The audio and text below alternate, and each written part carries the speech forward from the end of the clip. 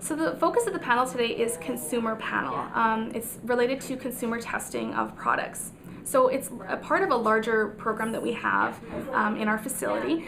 And what we do is we focus on trying to determine what is the acceptability or the liking of a product when it's about to go onto market. So our facility is really dedicated to a few things, but one of the most important things is product development. So we work with clients, we create new food products with them. We have a whole team of scientists that do that with them. And in the latter stages of the product development, when the product looks very near to being completed and ready for market, we need to test it on consumers. So the product will be shipped down to here into our center. Our center is in downtown Edmonton, and we will recruit various consumers depending on the demographics of the panel, what we want, but typically the individual needs to be consuming that product. So for instance, if it is on a beverage that is orange juice, for example, if they don't consume orange juice, they're not a very good panelist for us. They need to be a fairly regular consumer of that product. They're then invited to the panel.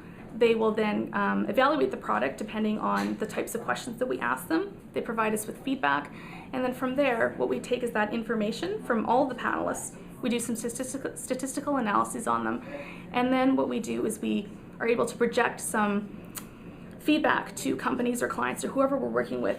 Based on those results, we can give them an idea of what they should be doing to the product. Is the product ready to go? It's very successful, or there's some issues with the product that the consumers have picked up.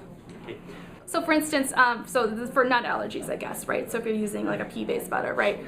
So the product might have some textural issues. Maybe it's too thick, maybe it's too thin, maybe the flavor's too strong. Those indications can come from our panelists. So like I said, whatever information we get from the panelists, we will then run statistical analysis on it. This will give us the numbers that we need, the information that we need to then make a judgment call, whether or not the product is successful or whether the product needs some additional work. If it needs additional work, we've saved that company quite a bit, because if they went to market without testing, that product most likely would not be successful.